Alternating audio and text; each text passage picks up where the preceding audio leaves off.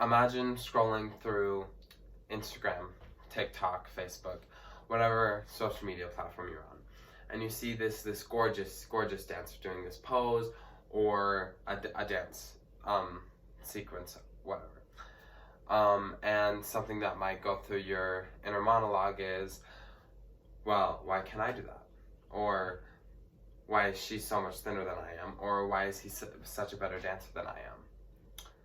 Or that's I can easily do that. Or they're just showing off.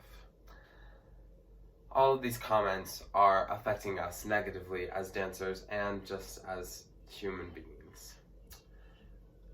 Telling ourselves that in a simple way that we are not good enough, or we are not talented enough, and we do not deserve dance. I know this. A lot of people watching this are gonna say, well, I don't say those things. No, there's no way I say those things. But as I was thinking, I was writing this down and I was like, well, I also wouldn't say those things. But then, keyword was out loud. I wouldn't say those things out loud. But I do think them to myself when I'm laying in bed scrolling through TikTok at midnight. When I'm just by myself, when I don't have anyone else to validate me. As I thought more about it, it really is affecting us as people and as dancers. Hi, I'm Kayla Trigagel, and today I will be talking to you about body image and body dysmorphia, or body dysmorphic disorder. Body dysmorphic disorder, BDD, or better known as body dysmorphia, is a mental health condition when a person spends a lot of time worrying about flaws in their appearance. These flaws are often unnoticeable by other people, and people of any age can have BDD, but it's most common in teenagers and young adults. BDD is defined as an obsession with an imaginary defect in a physical appearance or an extreme concern with a slight physical blemish, which other individuals may not even recognize.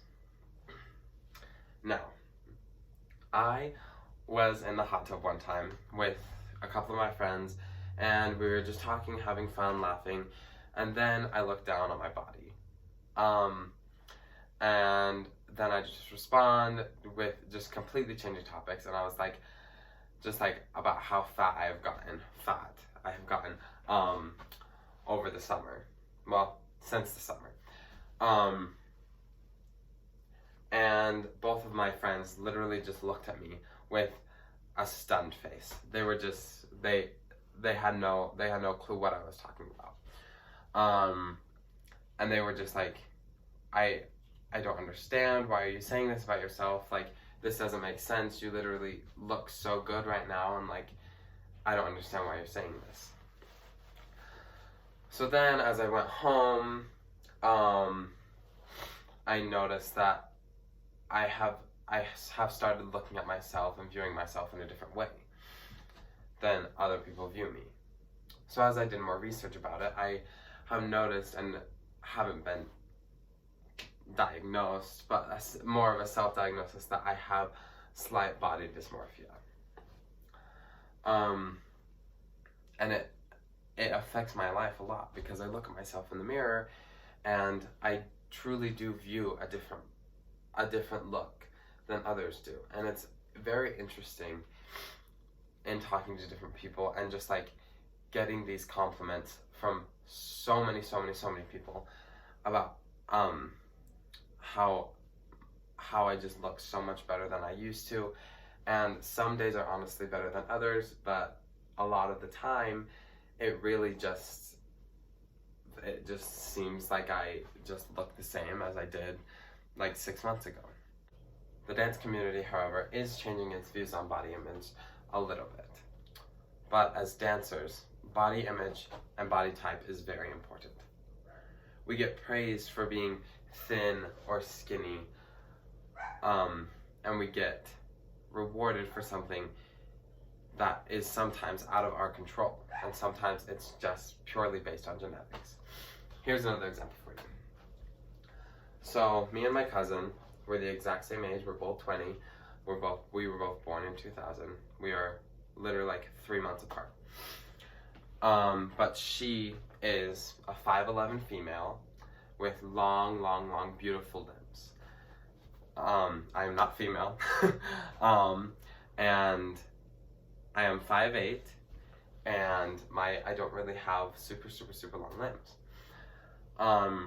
And so comparing the two of us, her being this beautiful long dancer and me being this shorter guy, is ignorant, and it doesn't help and is not constructive at all, because we both have different facilities to work with. And so comparing yourself to someone that doesn't look like you and doesn't have the same physical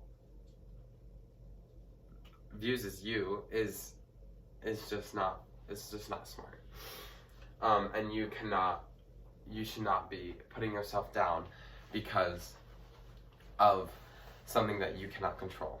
So more than 200,000 cases in the US per year of body dysmorphic disorder. People with body dysmorphic disorder become very socially isolated because they don't want to go out and they don't want to be in a stressful environment. A study conducted in 2012 found that BDD is more prevalent in dancers than in the general population. Multiple studies indicate that body dysmorphic disorder impacts between 7% and 2.3% of the general population. There is a slightly more common body dysmorphic disorder in women than there is in men, with just 0.3%, which I think is very interesting. And young adults who have body dysmorphic disorder, 80% report they have thoughts of suicide, and 44% have attempted to end their own lives. Now I just want to say those last numbers again. 80% report that they have thoughts of suicide, and 44% have attempted to end their own lives. Luckily, I have been blessed enough to not feel this way, which is very good for me. Sorry, I'm kind of tearing up. But it's so sad to me that something that is so far, most of the time, out of our control and just based on our genetics, and people just view themselves in such a bad way, and probably this is based on something that's happened in their childhood, and they were told that they were always too fat or not pretty enough. And it's just so sad, because that is something that just affects us so much. And now let's talk about That's So Raven, of course. So as I was reviewing all of my stuff and all of this research about body dysmorphia and everything, this one video and this one episode of That's So Raven came to mind.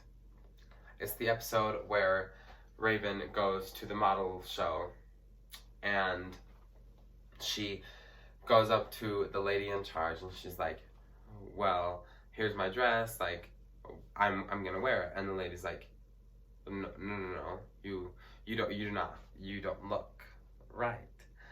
And so then Raven goes, and she gets this exercise machine, and she starts exercising and just sweating so much. And then she goes up to her room, she picks up the dress that she's supposed to fit into, looks in the mirror, and it's just this like size 00. She's like coming out of the sides and just holds it up, and it's so sad because she won't have the right look. So then we go back. I think she's actually pretty good. I don't pay you to think. This girl does not have the look. The look. Who says that's the only look? You make people feel bad if they don't look like that. No one looks like that. I don't even look like that. Because in case you haven't noticed, people come in all shapes and sizes, and they're all beautiful. Tell it, girl! Speak the truth! Put that in your magazine.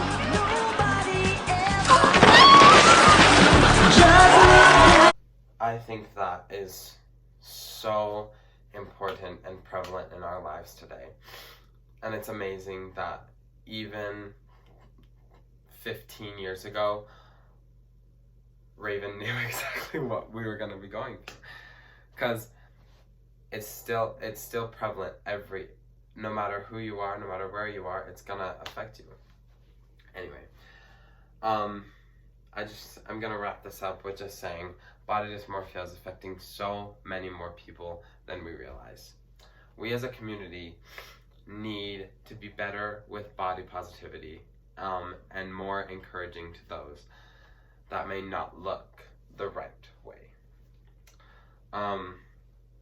Anyway, I just want to say thank you for tuning in and listening to this talk, and I hope it really just like opened your eyes and gave you a little bit of information that you may not have known before, and just be more inclusive and positive about people and what they're going through. Anyway, thank you so much. Bye.